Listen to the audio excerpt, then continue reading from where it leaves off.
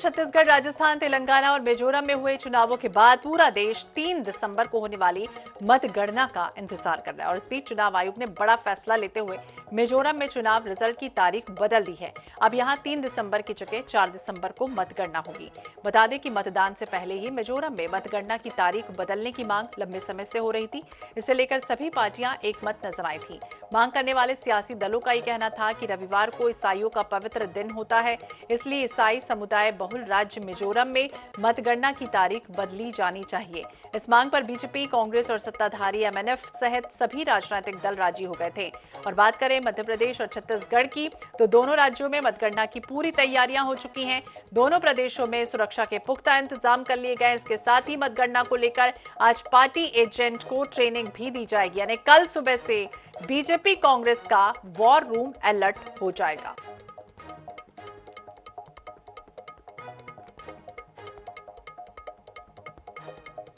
तो हार जीत का फैसला कल होने वाला है। तो मध्य प्रदेश के 52 जिलों में मतगणना होनी है। तमाम व्यवस्थाएं पूरी तरह से हो चुकी हैं। वहीं छत्तीसगढ़ की अगर हम बात करें तो 90 विधानसभा सीटों के लिए कल रिजल्ट जारी होंगे। और इस दौरान आपको बता दें, मतगणना के दौरान पूरी तरह से चाक चौबंद व्यवस्थाएं कर दी गई हैं। बिजली व्यवस्था सुचारू रहे, इसके लिए ऊर्जा विभाग को साफ तौर पर कई तरह के दिशा निर्देश दे दिए गए हैं।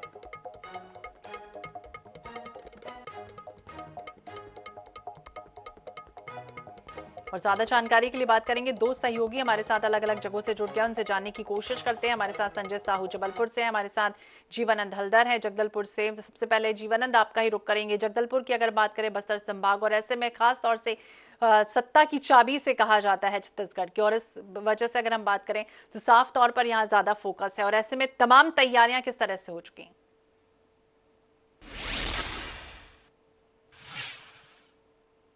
चाबी है वो बस्तर से ही गुजरती है, और इस बस्तर में जिस पार्टी ने ज्यादा सीट हासिल कर लेंगे वो सत्ता में अपना कब्जा बना लेती है, तो सही है। लेकिन जिस तरह विधानसभा चुनाव के बाद कल 3 दिसंबर है और 3 दिसंबर को जो मतगणना होगी, इसे लेकर जो तैयारी है प्रशासन की ओर से तमाम तैयारी पूरी कर ली गई है।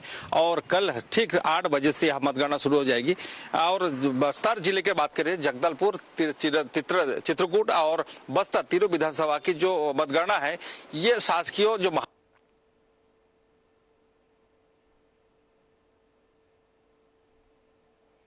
जी है। और इस मतगणना में जो 3 विधानसभा के अलग अलग है, वो यहाँ पे 14 के बाद सिग्नल लगेगा। और 14 सिग्नल में कर्मचारी यानी एक विधानसभा से 42 सीटों के बीच की गणना की जाएगी। और जो अभिकर्ता है उसके लिए भी अलग से व्यवस्था की गई है, मीडिया के लिए अलग व्यवस्था की गई है। एक मंच भी बनाया गया है जिसमें घोषणा के बाद जो वहाँ पर प्रमाण पत्र जारी करेंगे, उसके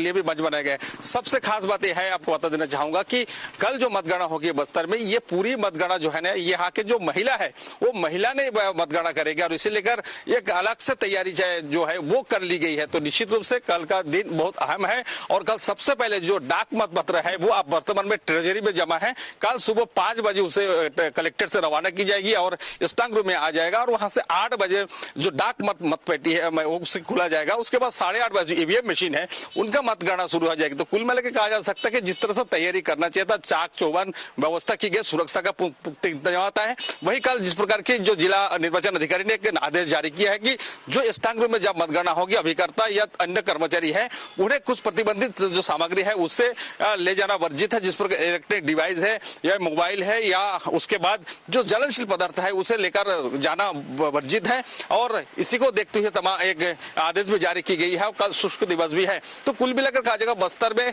कल से जो 12 विधानसभा है अलग अलग जिले में तो होगी ही, लेकिन 3 जो विधानसभा की मतगणना है वो जगदलपुर में की जाएगी, जिसे लेकर तमाम व्यापक व्यवस्था की गई है। जी, तमाम व्यापक व्यवस्थाओं के बीच कल मतगणना होनी है और कांग्रेस और बीजेपी का कह सकते हैं वॉर रूम अलर्ट मोड पर रहेगा। हमारे साथ दुर्ग से आनंद नारायण ओझा भी जुड़ गए, लेकिन सबसे पहले संजय का रुख करेंगे जबलपुर से हमारे सहयोगी। संजय, जिस तरह से बात करें, महाकौशल क्षेत्र की 38 सीटें, खास तौर से यहाँ पर कई दिग्गजों की साख दांव पर लगी और ऐसे में कल का दिन यानी कल के लिए बेसब्री से इंतजार है तमाम राजनीतिक पार्टियां। लेकिन इस बीच तैयारियां किस तरह से है मतगणना को लेकर?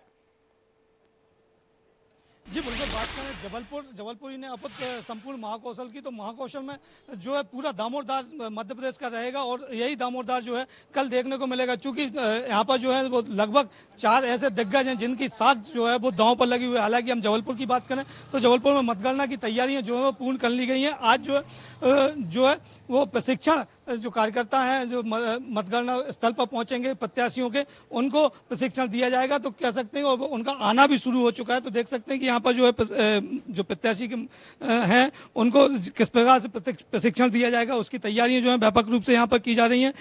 अगर जबलपुर की हम बात करें तो जबलपुर में 8 विधानसभा क्षेत्र हैं और 8 विधानसभा में 126 जो टेबल बनाई गई हैं, उसके साथ 25 टेबल जो है वो डाक मत के लिए अलग से रहेंगी। तो कह सकते हैं कि कल का जो दिन है वो बड़ा ही महत्वपूर्ण होने वाला है और इसको लेकर व्यापक तैयारियां जो हैं वो यहाँ पर दिखाई दे रही हैं। हालांकि मीडिया के लिए एक मीडिया हाउस बनाया गया है, साथ में जो प्रत्याशी आएंगे उनके लिए अलग व्यवस्थाएं की गई है। तो ऐसी तमाम प्रकार की जो व्यवस्थाएं हैं वो होती हुई नजर आ रही है। इस बार पहली बार है कि जबलपुर से लगभग 5 किलोमीटर दूर, शहर से लगभग 5 किलोमीटर दूर JNK भी जवाहरलाल नेहरू कृषि विश्वविद्यालय में स्ट्रांग रूम बनाएगा और यहीं पर मतगणना जो है वो की जाएगी। तो लोगों का यहाँ पर आना कितना होता है ये देखने की बात होगी। हालांकि व्यवस्थाओं की हम बात करें तो व्यवस्थाएं जिस प्रकार की चाक चौबंद होना चाहिए वो बेहतर तो नजर नहीं आ रही, लोगों की शिकायतें हैं। लेकिन पहली बार यहाँ पर ये मतगणना हो रही तो हो सकता है कि इसके बाद व्यवस्थाएं सुधारी जाएं।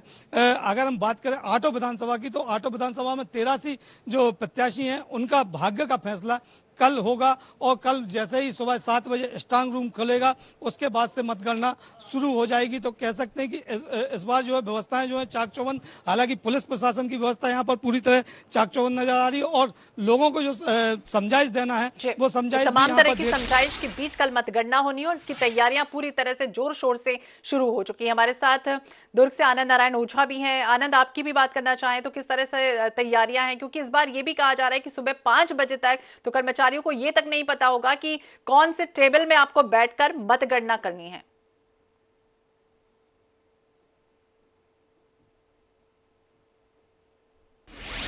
के लिए अलग अलग तैयारियां की है, कौन से टेबल में बैठेंगे, किस विधानसभा की ड्यूटी लगेगी, आप 65 में जाएंगे या 67 में जाएंगे, पाटन क्या पहले मतगणना कर आएंगे या फिर आप वैशाली नगर कराएंगे। तो ये अब तक उन लोग कर्मचारियों को ऐसा कुछ निर्देश नहीं आया।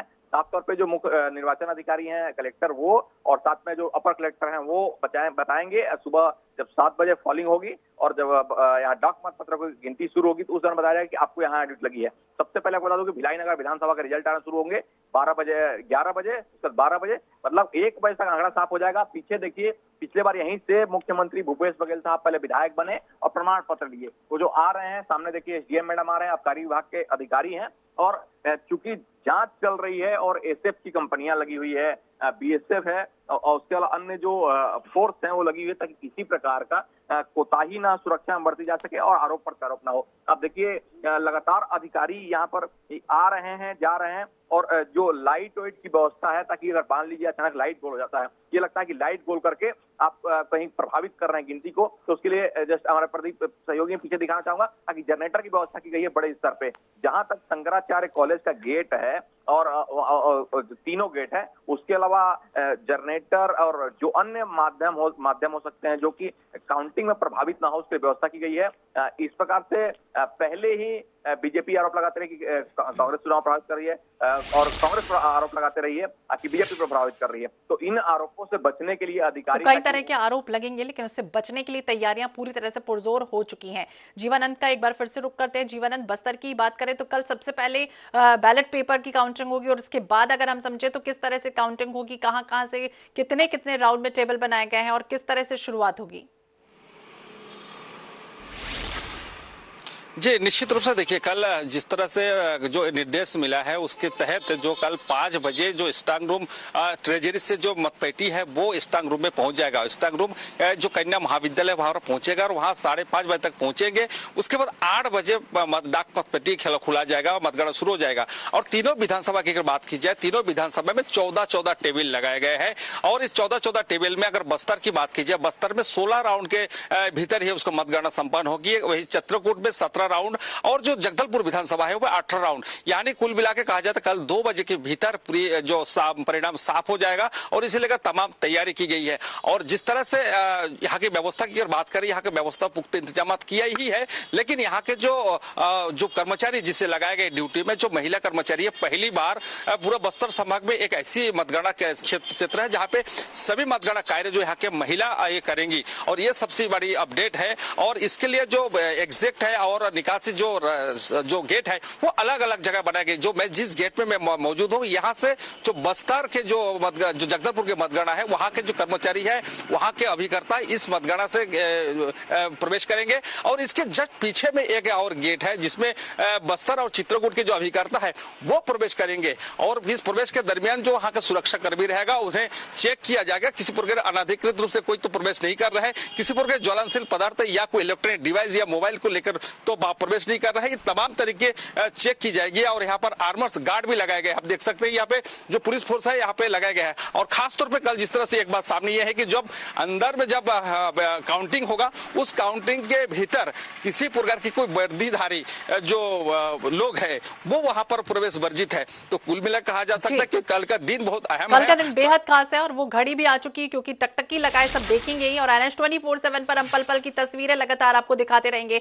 फिर से एक बार रुक करते हैं संजय का। संजय, महाकौशल की अगर हम बात करें तो सबसे पहले कौन से जिले से शुरुआत होगी, किस तरह की व्यवस्थाएं की गई हैं, कितने सुरक्षा कर्मी एक केंद्र में तैनात रहेंगे, कि हर कोई अनहोनी होती है या फिर ऊर्जा विभाग को किस तरह से खास तौर से इंस्ट्रक्शन दे दिए गए?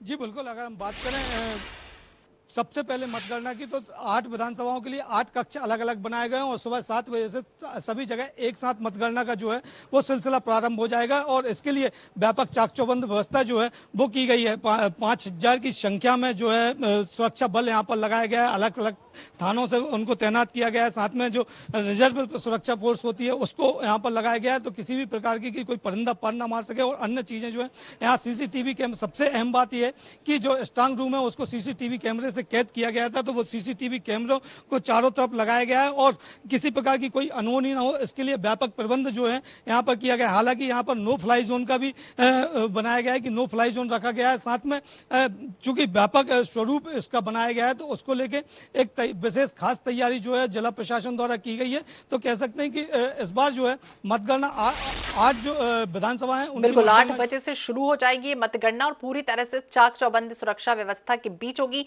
नजर बनाए रखिए। आप सभी का बहुत बहुत शुक्रिया बातचीत करने के लिए। तो हार जीत का फैसला कल होने वाला है। तमाम तैयारियां पूरी तरह से हो चुकी हैं। प्रत्याशी के साथ साथ आपको बता दें ऑफिसर्स के साथ साथ माइक्रो ऑब्जर्वर भी उस समय मौजूद रहेंगे। इनके अलावा एजेंट रहेंगे, रिटर्निंग अधिकारी मौजूद रहेंगे। मतगणना का काम 14 टेबलों पर होगा और इसके साथ ही सुबह 8 बजे से मतपत्रों से शुरू हो जाएगी मतगणना। तो 8 से 9 बजे के बीच डाक मतपत्रों की गिनती पूरी होगी और इसके बाद इलेक्ट्रॉनिक वोटिंग मशीन यानी कि जो EVM होता है इसके बाद परिणाम आना शुरू हो जाएंगे। पल पल की तस्वीरें NH 24/7 पर हम आपको सुबह 6 बजे से लगातार दिखाते रहेंगे।